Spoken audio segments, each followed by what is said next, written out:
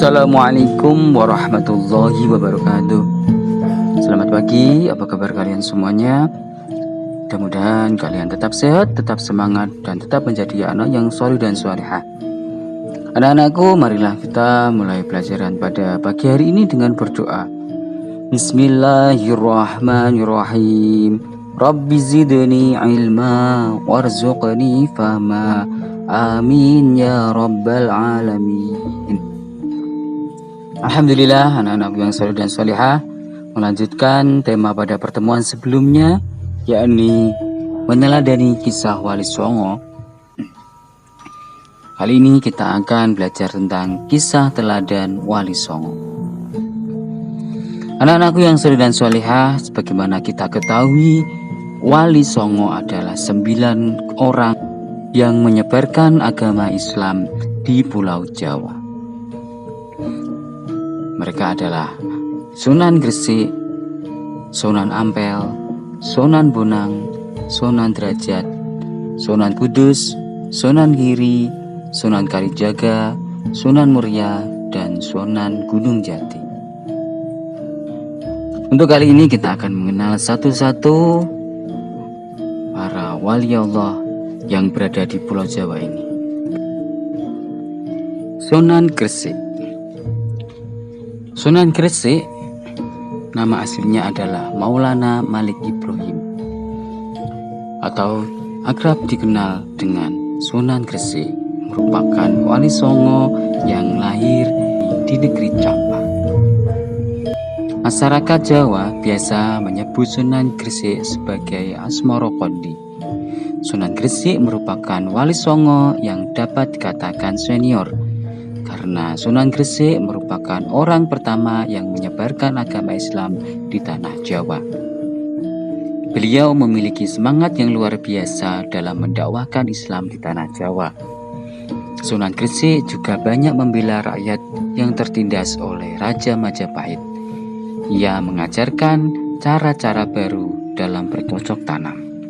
Sembari mengajarkan cara bercocok tanam, beliau juga mengajarkan syariat Islam. Karena caranya yang mudah diterima oleh masyarakat, maka banyak masyarakat yang masuk Islam. Beliau wafat dan dimakamkan di Gresik. Selanjutnya adalah Sunan Ampel. Sunan Ampel memiliki nama Raden Rahmat. Beliau dianggap sebagai sesepuh oleh para wali lainnya. Sunan Ampel lahir di negeri Campak, yakni di Asia Tengah. Beliau lahir pada tahun 1401 Masehi. Kisah keteladanan yang menarik adalah ketika Sunan Ampel berdakwah kepada Prabu Brawijaya. Meskipun akhirnya tidak memeluk agama Islam, namun Prabu Brawijaya terkesan dengan ajaran agama Islam sebagai ajaran budi pekerti yang mulia. Sunan Ampel mengajarkan falsafah Moh Limo. Yang dimaksud dengan Moh Limo adalah tidak mau melakukan 5 perbuatan yang tercela. Moh Limo itu adalah moh main, moh ngumbi, moh maling, moh madat, dan moh madon. Main adalah berjudi. Ngombe adalah minum minuman keras atau mabuk-mabukan. Maling adalah mencuri. Madat adalah menghisap candu atau ganja. Madon adalah berzina. Sunan Ampel wafat di Desa Ngampel di Surabaya dan dimakamkan di Surabaya. Selanjutnya adalah Sunan Bonang. Sunan Bonang memiliki nama asli Raden Mahdum Ibrahim. Beliau berdakwah di wilayah daerah Tuban. Nama Bonang diambil karena beliau berdakwah menggunakan alat musik Jawa yang bernama bonang. Oleh karenanya masyarakat mengenalnya dengan Sunan Bonang.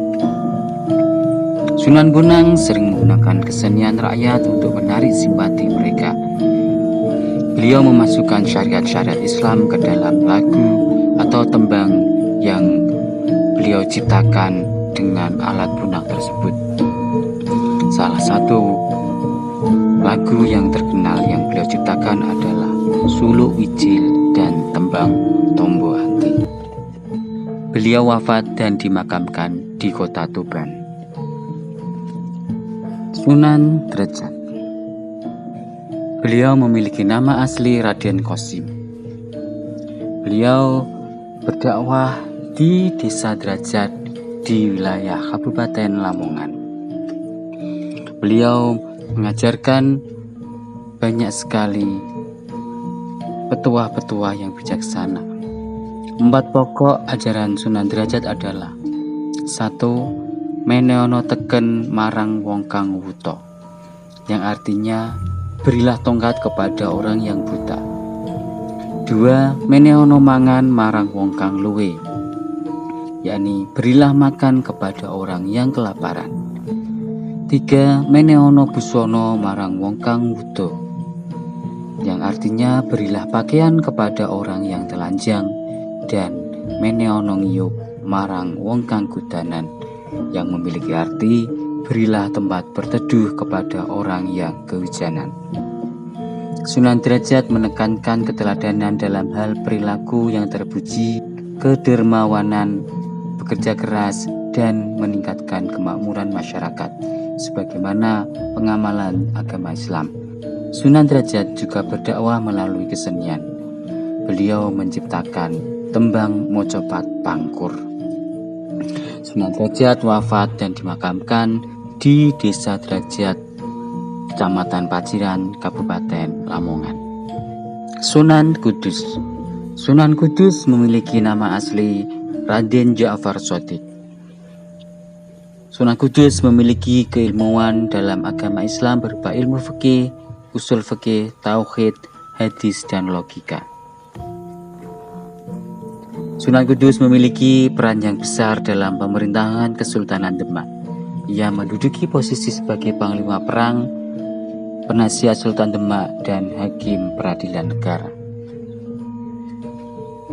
Sunan Kudus banyak berdakwah di kalangan kaum penguasa dan priai Jawa. Di antara yang pernah menjadi muridnya adalah Sunan Prawoto, penguasa Demak, dan Arya Penangsang Adipati Jipang Panolan. Salah satu peninggalannya yang terkenal adalah Menara Masjid Kudus. Sunan Kudus wafat dan dimakamkan di belakang Masjid Menara di Kudus. Sunan Giri. Sunan Giri atau dikenal dengan Raden Paku memiliki nama asli Raden Ainul Yakin. Beliau berdakwah di Desa Giri di wilayah Kabupaten Gresik.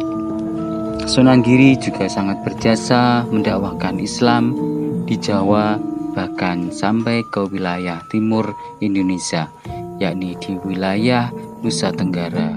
Beliau diberi nama Raden Paku karena paku merupakan sebuah benda yang kuat, sehingga harapannya bahwa Sunan Giri dapat menjadi tonggak agama Islam yang kuat di Jawa. Sunan Giri kemudian menjadi tokoh yang sangat berpengaruh di Kesultanan Demak. Bahkan beliau sempat menjadi raja selama masa transisi sebelum akhirnya diserahkan kepada Raden Patah. Sunan Giri pernah menjadi hakim dalam perkara Syekh Siti Jenar. Beliau pun juga berdakwah melalui kesenian. Tembang Islami untuk dolanan anak-anak yang beliau ciptakan seperti jamuran, jitungan, dan celian. Beliau wafat dan dimakamkan di Desa Giri, Kabupaten Gresik. Sunan Kalijaga. Sunan Kalijaga bernama asli Raden Said. Beliau adalah putra dari Adipati Tuban, yakni Tumenggung Wilatikta, atau lebih dikenal dengan Raden Sahul. Sunan Kalijaga adalah sunan yang paling merakyat tatkala menyebarkan agama Islam pada masyarakat Jawa. Beliau adalah murid dari Sunan Bonang. Beliau berdakwah dengan kesenian.